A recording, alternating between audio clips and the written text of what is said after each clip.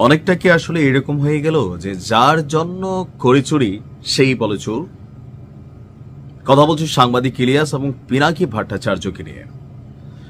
সাম্প্রতিক সময়ে গেল 5ই আগস্ট পরবর্তী সময়ে তাদের যে বক্তব্য, তাদের যে অ্যাক্টিভিটি সোশ্যাল মিডিয়াতে এর বড় একটা বা সিংহভাগ সাপোর্টার অথবা তাদের বক্তব্যগুলো যেই দলের পক্ষে যায় সেটা হচ্ছে বাংলাদেশ জামাত ইসলাম। আর সাংবাদিক ইলিয়াস বা পিনাকি তারা 1971-কে বিশ্বাস করে না, বিজয়কে বিশ্বাস করে না, সেই জন্য 1971-এ জামাতের যে ভূমিকা আছে সেটাকে তারা সাপোর্ট করে। তো মোটামুটি জামাত এবং কি বলা হয় যে বা ইসলামিক দলগুলোর যে জোটগুলো আছে ম্যাক্সিমামই আসলে পিনাকি এবং ইলিয়াসকে এই মুহূর্তে সাপোর্ট করে। বিএনপি আওয়ামী লীগ তারা প্রতিদিনই গালাগালি করে অথবা তাদের বিরুদ্ধে অ্যাকশনে যাওয়ার চিন্তা করে। খোদাই সরকারও তাদেরকে খুব বেশি পছন্দ করে না। কিন্তু সেই জামাতি যখন প্রথম আলো এবং ডেইলি স্টারে ভাঙচুরকে কেন্দ্র করে একটা বক্তব্য দিয়েছে, তো সেই বক্তব্য শোনার পর কখন যে পিনাকি এবং ইলিয়াস জামাতকে নিয়ে আবার মানে 14 গোষ্ঠী উদ্ধার শুরু করে, আমি খুব আশ্চর্য হব না। কেন বলছি কথাগুলো?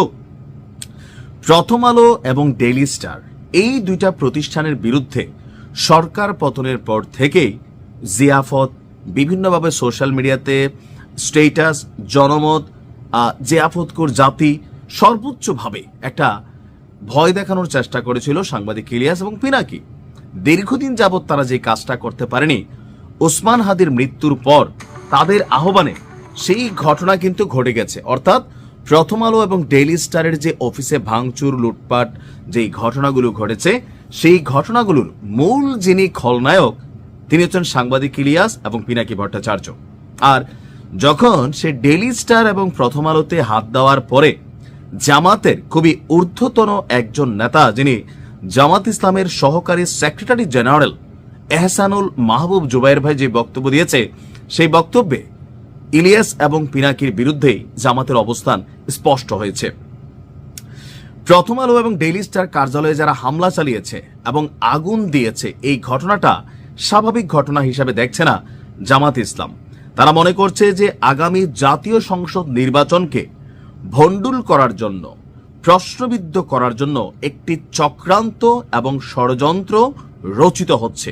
যারা এই ঘটনাগুলো করছে তারা আসলে একটা গভীর ষড়যন্ত্রে লিপ্ত রয়েছে। তো এই ঘটনাগুলো কারা করছে? ইলিয়াস এবং পিনাকি, এর বাহিরে কোনো বক্তব্য নেই।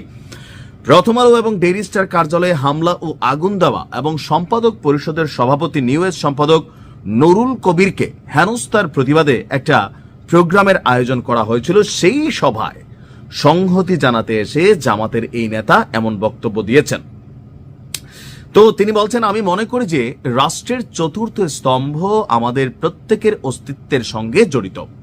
কোনো অবস্থায় এগুলোর উপর হামলা কেউ গ্রহণ করবে না। আমরা কেউই এটা মেনে নিতে পারি না, এটা যাতে ফুল স্টপ হয়।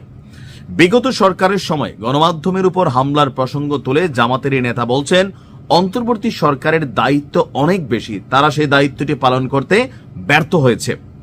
তিনি বলছেন, আমরা মনে করি এখানে অবশ্যই সরকারের দায়িত্ব ছিল আইন শৃঙ্খলা রক্ষাকারী বাহিনীকে আপনার এবং গোয়েন্দা সংস্থাগুলো কি করছে সেটা খতিয়ে দেখা।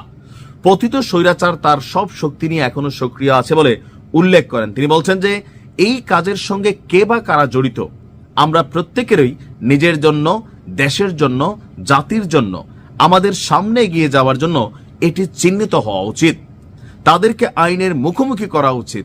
এটা নিয়ে কোনো রাজনৈতিক দিক বিবেচনা করলে, শুধু আলোচনা করলে হবে না। অর্থাৎ ইলিয়াস এবং পিনাকি সহ যারা প্রথম আলো ডেইলি স্টারের বিপরীত অবস্থান নিয়েছে তাদেরকে আইনের মুখোমুখি করতে চায়। তবে পিনাকির সাথে জামাতের কিন্তু একটা পুরোনো বোঝাপড়া আছে, যদিও জামাত এখন তাদের অনলাইনে একটা সাপোর্ট নিচ্ছে। কারণ জামাতের যেই নেতাদের যুদ্ধাপরাধীর অভিযোগে মৃত্যুদণ্ড দেওয়া হয়েছে, এই ঘটনার মূল আয়োজক কিন্তু একজন ছিলেন পিনাকি, যদিও তিনি বিষয়টি নিয়ে পরবর্তী সময় ক্ষমা চেয়েছেন। আর এই মুহূর্তে রাজনৈতিক দল হিসাবে তারা জামাতের নেতা কর্মীদেরকে এক ধরনের কন্ট্রোল করতে পারতেছেন। বিএনপি পাত্তা দিচ্ছে না পিনাকি ইলিয়াসকে, আওয়ামী লীগ তো দিচ্ছেই না।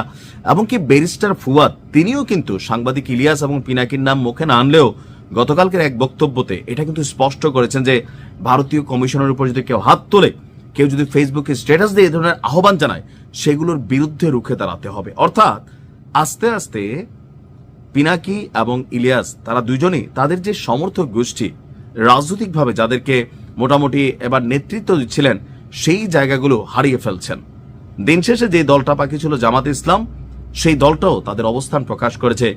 এখন এটার রিয়েকশন হিসাবে ইলিয়াস এবং পিনাকি কি রিয়েকশন দিবেন সেটা দেখার অপেক্ষায়। ভালো থাকুন। আসসালাম।